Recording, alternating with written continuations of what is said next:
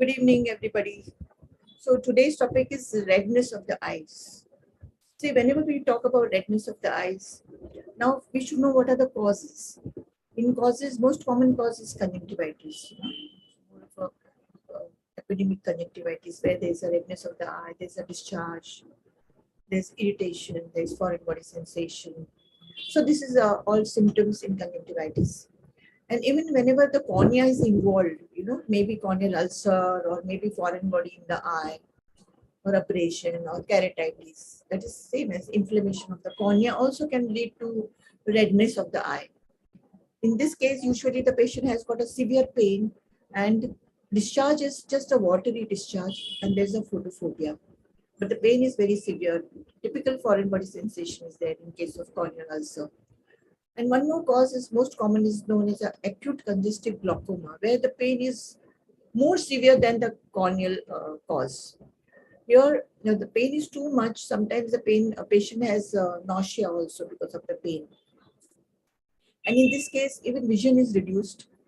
While in case of conjunctivitis, the vision is not reduced. In keratitis, yes, if it is a central cause, the vision is reduced.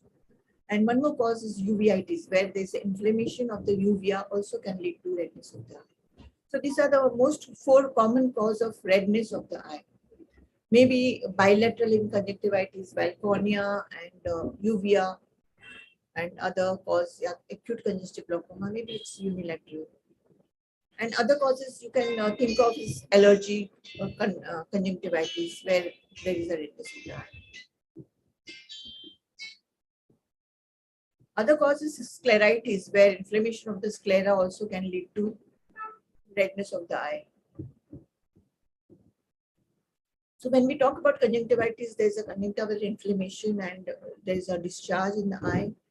There's a little foreign body sensation. Usually it is bilateral and there's a family history, somebody is having conjunctivitis. So this is regarding conjunctivitis. In conjunctivitis also there are various causes, it may be viral, it may be bacterial, it may be allergy. These are the three most common. And in case of bacterial, usually there's a white discharge. In case of viral, usually it is a watery. In allergy also it is watery, but itching is very common in case of allergy.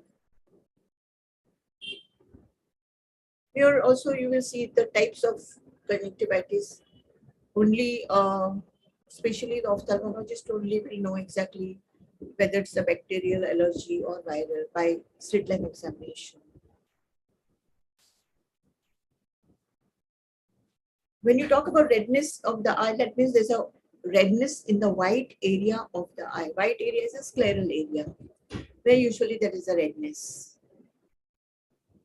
And there is a lid edema also. In all the conditions you will have lid edema, especially conjunctivitis, keratitis, acute congestive glaucoma, uveitis. So very important is only by symptoms you will have idea whether it's a conjunctivitis or keratitis or acute congestive glaucoma. You have to think of complication also in case of conjunctivitis. Prevention is not to touch your eyes, is most important. And there are various treatment in homeopathy which Dr. Gauran will talk about. All right. So thank you, Dr. Pushpa, for sharing your thoughts on the homeopathic approach in conjunctivitis. Homeopathy has a tremendous role in cases of conjunctivitis and especially in allergic conjunctivitis, especially in cases where it's not only superficial, there are more deeper patterns to it, lower immune system. Homeopathy is tremendous in that. Homeopathy basically acts at a deeper level, at root level, and we do a very in-depth, individualized case taking and find a remedy after studying the entire case. I'm going to share with you a couple of very, very important kind of remedies that we use in homeopathy, which may be useful for you to know.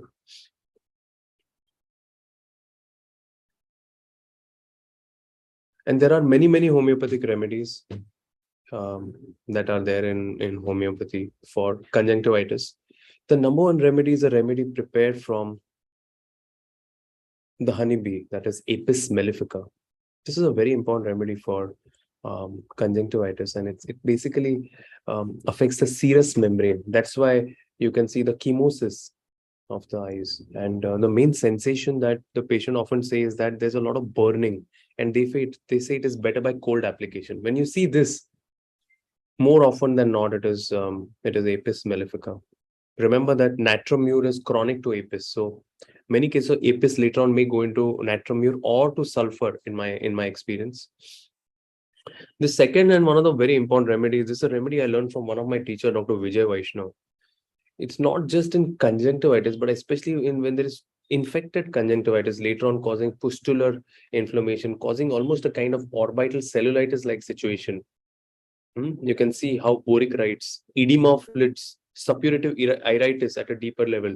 Lids are agglutinated, old injured eyes. Think about rus toxicodendron, and very often along with the inflammation of the eye, in these cases there are joint related issues. That's why it's a very important remedy for autoimmune eye disease, where along with the ophthalmic there's a rheumatic component to it. Think about rus toxicodendron. The main keynote that when you try to open their eye, there is a hot gushing of water that comes out. This is rus toxicodendron. There are many remedies we can go on. One of the commonest ones, which is used my most classical homeopaths, is euphrasia. Lot of watery discharge. Patient constantly has to blink the eyes constantly, and this is a remedy for it. Very often used. We can go on. We can go on. Talk about many remedies, and we will not finish talking about it. But the idea in homeopathy still remains the idea of individualization. Along with homeopathy, a holistic approach, a balanced diet, healthy food, physical exercise, all this together, integrated treatment is what we recommend. And for this, you can write to us. You have our email ID. Our clinic is based in Mumbai, but we are doing online consultations across the world. Thank you, and connect to homeopathy and take benefits of integrated homeopathic treatment. Thank you.